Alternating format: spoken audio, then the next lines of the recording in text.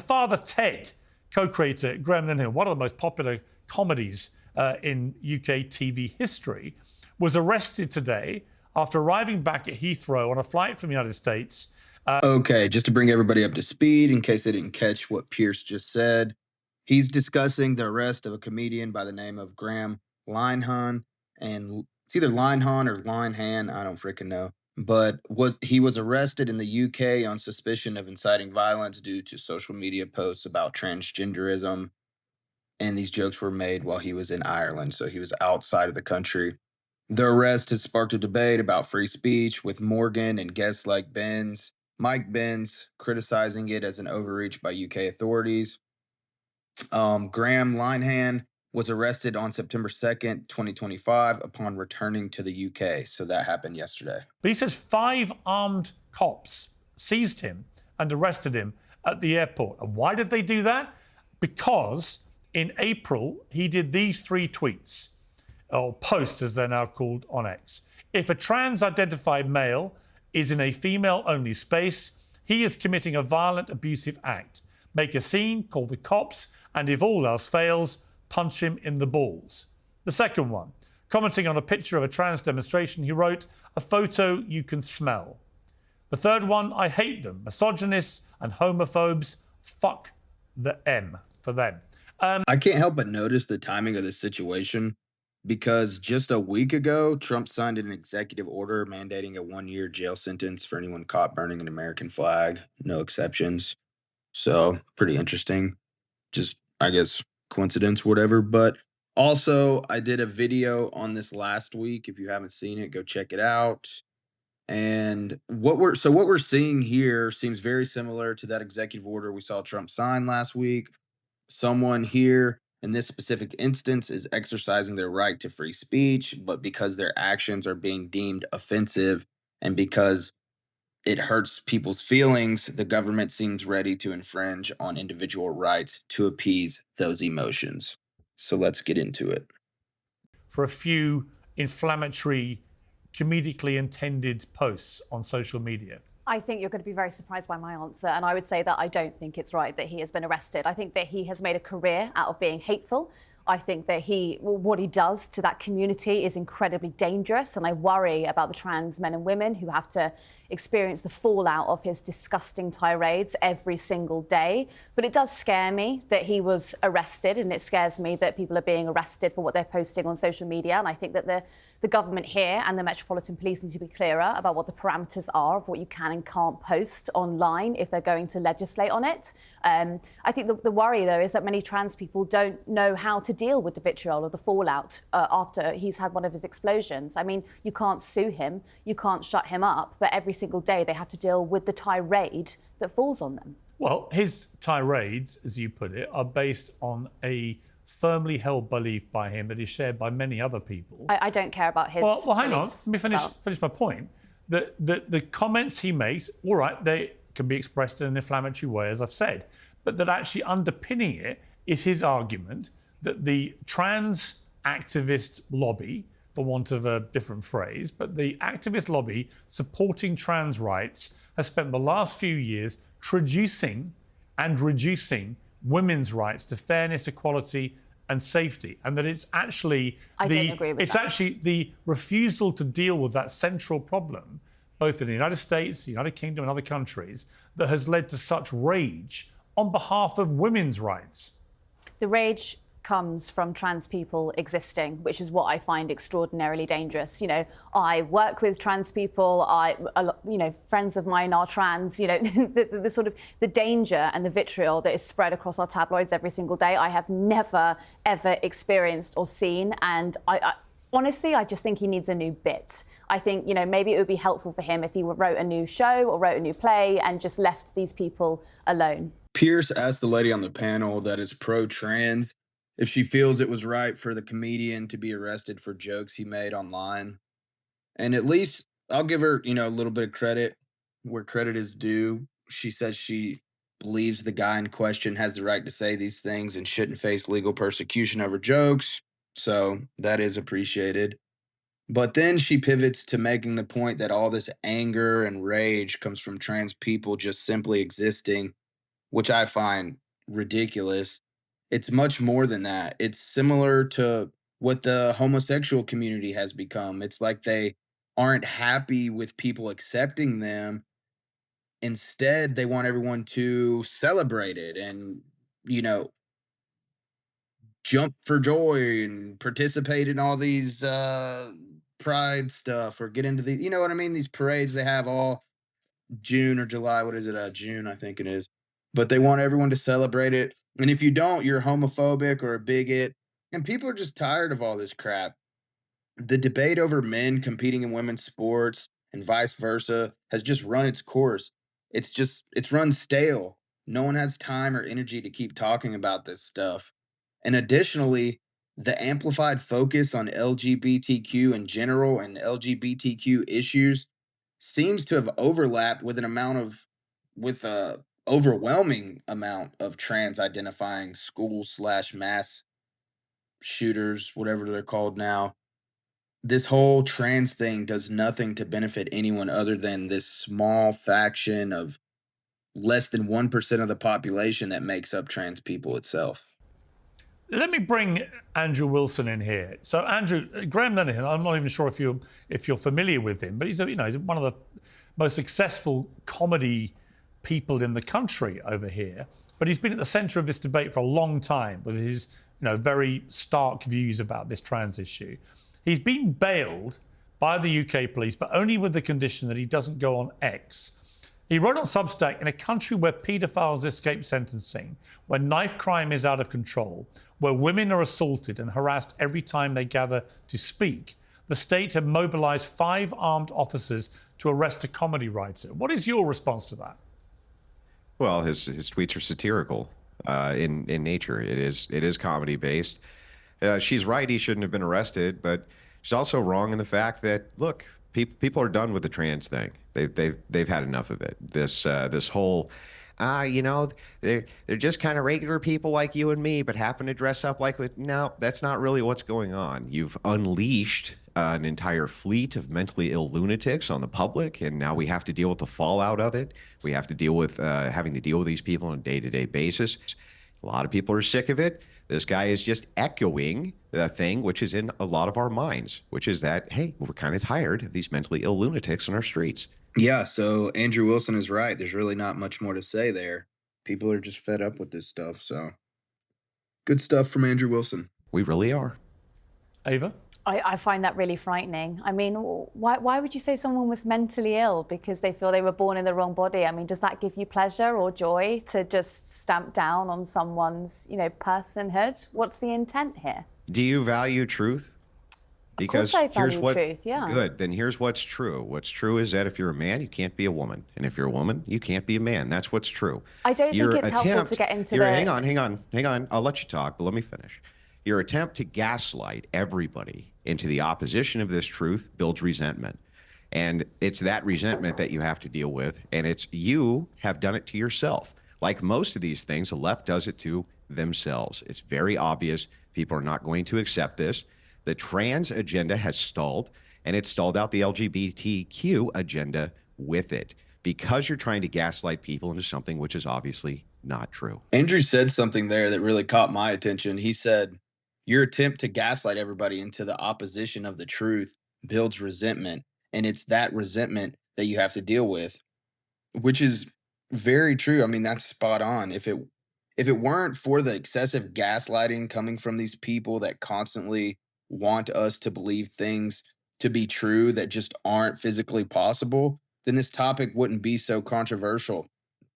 I mean, it's pretty simple. I mean, women can't be men. Men don't belong in women's sports or bathrooms or any other spaces that are exclusive to women. Minors shouldn't have access to gender affirming care like hormones or surgeries or whatever else. I mean, no one cares about the pronouns or whatever specific terminology it is that these people are constantly trying to push down everyone's throat. And these are just, a few of the big problems that we have to deal with when it comes to all this stuff. They just are pushing it on everybody, wants everybody to act accordingly to how they feel at the time. And not to mention, they're just pushing all this stuff down everybody's throats, but onto children as well. It's just, people are done putting up with this stuff. I think that, if you look just 30 years ago in the United Kingdom, we were treating gay men in the same way that we are now treating trans people. The mood does shift and the mood moves. And, I think that the stalwart belief here that we need to hold is that if someone does feel that they are born in the wrong body, it does not affect me as a woman if they decide that they are going to be a trans woman. It doesn't affect me. It doesn't change the rape conviction rate. It doesn't change the rate of assault. Okay, but Ava, I'll bring Ben in here, but let me just say, as somebody who's always, considered myself to be pretty liberal-minded, the moment this campaign started, for example, to allow trans women who are biological men and they become identified as trans women, okay, I've got no problem with people being trans. If they want to do that, I respect them. I want them to have rights to safety, equality, and the rest of it. But the moment somebody tries to persuade me that allowing biological men who identify as trans women to compete in women's sport against actual women with women's bodies, which are, because we separate the sexes and things like the Olympics, which we know are inferior in terms of power and strength, endurance, and so on, the moment people try to persuade me that is fair and equitable, I think they are absolute lunatics. And I'm not even sure they even believe it when they say it. So part of the problem here, it seems to me, and I'll bring Ben in here to comment on this, but part of the problem is that the trans lobby has brought a lot of this stuff on themselves. Right? If they had just gone about this in a different way and had simply fought equality, I would be absolutely leading the charge. But cease to exist? Well, hang on. What do you want them to do? I want them to have equality and safety and fairness, but not at the expense of eroding women's rights. Ben? Well, I agree with that. And fundamentally, the feeling that you're a woman when you're in fact biologically a man is a mental health issue. That's how it's defined. And of course, if someone wants to identify as a woman, even though they are a man, fine, that's their prerogative.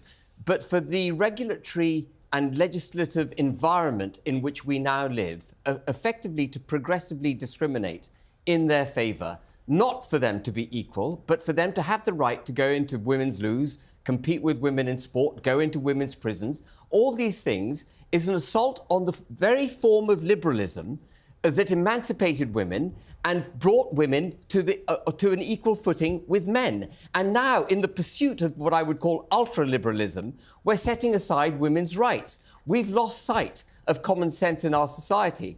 And what we've got to go back to is that commonsensical position. Just because a man identifies as a woman, that does not make him a woman. And he should not be allowed to infringe on women's personal spaces. So this guy argues that transgender activism, by prioritizing trans rights, it has intentionally or unintentionally undermined women's rights to fair treatment, equality, and safety in specific contexts. And also, he's saying that the lack of conversation or open dialogue about these concerns has fueled growing resentment or opposition towards trans individuals. Furthermore, the defense of such behavior by people like this woman reflects either a lack of common sense or a disingenuous stance. Well, actually, I mean, it's no longer a question of opinion here, of individual opinions. The UK Supreme Court said this. Exactly. The British Prime Minister has finally come around to saying this. Let me bring Cenk in here. I mean, Cenk, we've discussed this issue on and off for a few years now. But what's happened to Graham Linehan here in the UK really disturbs me. It's interesting because, many people in the UK would consider Ben to be right-wing. Some would say he's far-right. I think that's an exaggerated term that's overused. But certainly I would not normally readily agree with somebody who's on the right about what I would consider a liberal issue. But here I do, and that to me is the most interesting part of this debate. The woke left have basically lost their minds to the extent that they want us all to sign up to disbelieving in science and biology.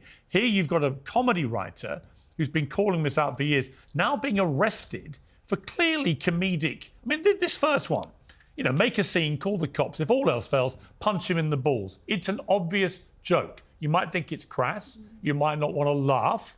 But actually, the point he's making is that biological men should not be in women's spaces. What is your view of what's happened to this guy? I mean, J.K. Rowling, who's no friend of Graham Linehan, in fact, has had a pop at him a few times before, said, what the fuck has the UK become?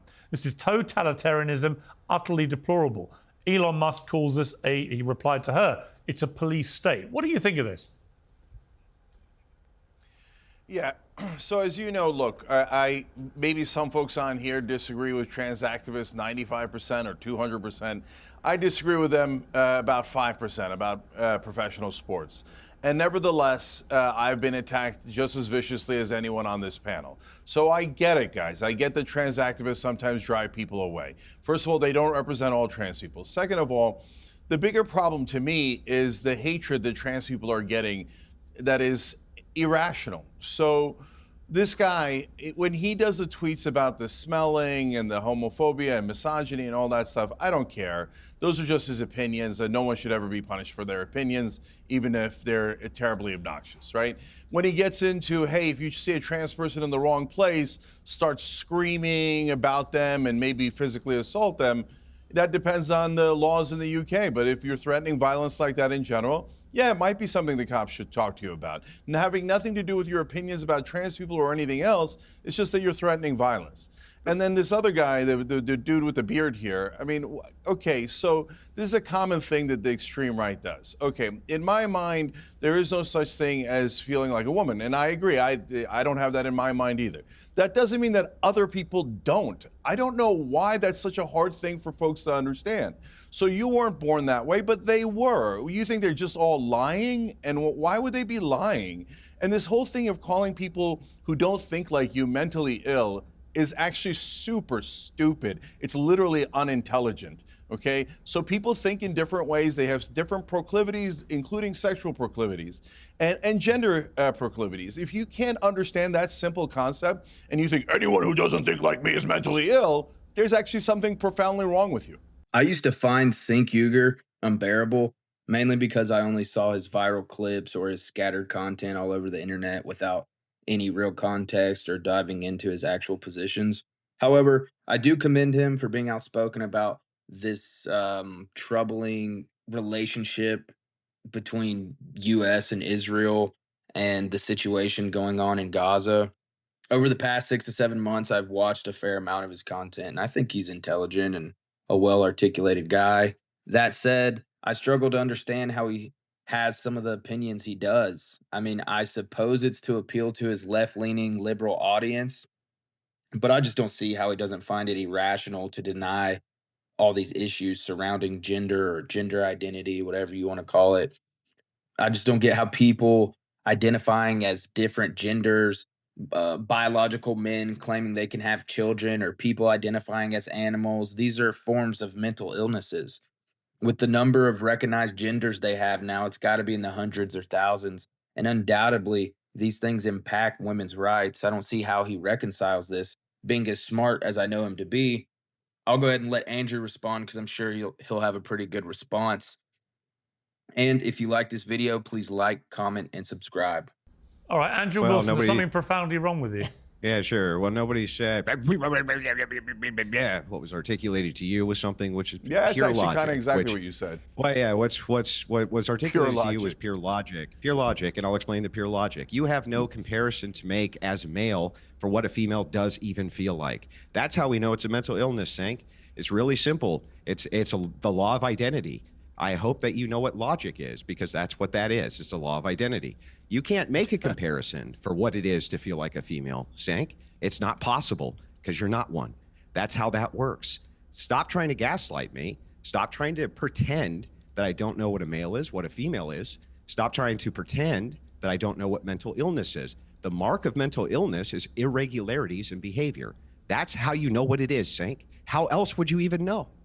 Sink's stance on transgenderism, like everyone who supports it, lacks a clear logical foundation. And while I understand that abandoning this position will most likely cost him followers and support, that doesn't make him right. He knows better. He's smarter than this. The concept of transgenderism itself just doesn't follow any coherent line of thinking or reasoning. And in my personal opinion, it would be best if people stop trying to push this as some mainstream idea. Anyways, thanks for watching the video. Please like, comment, and subscribe, and I will see you next time.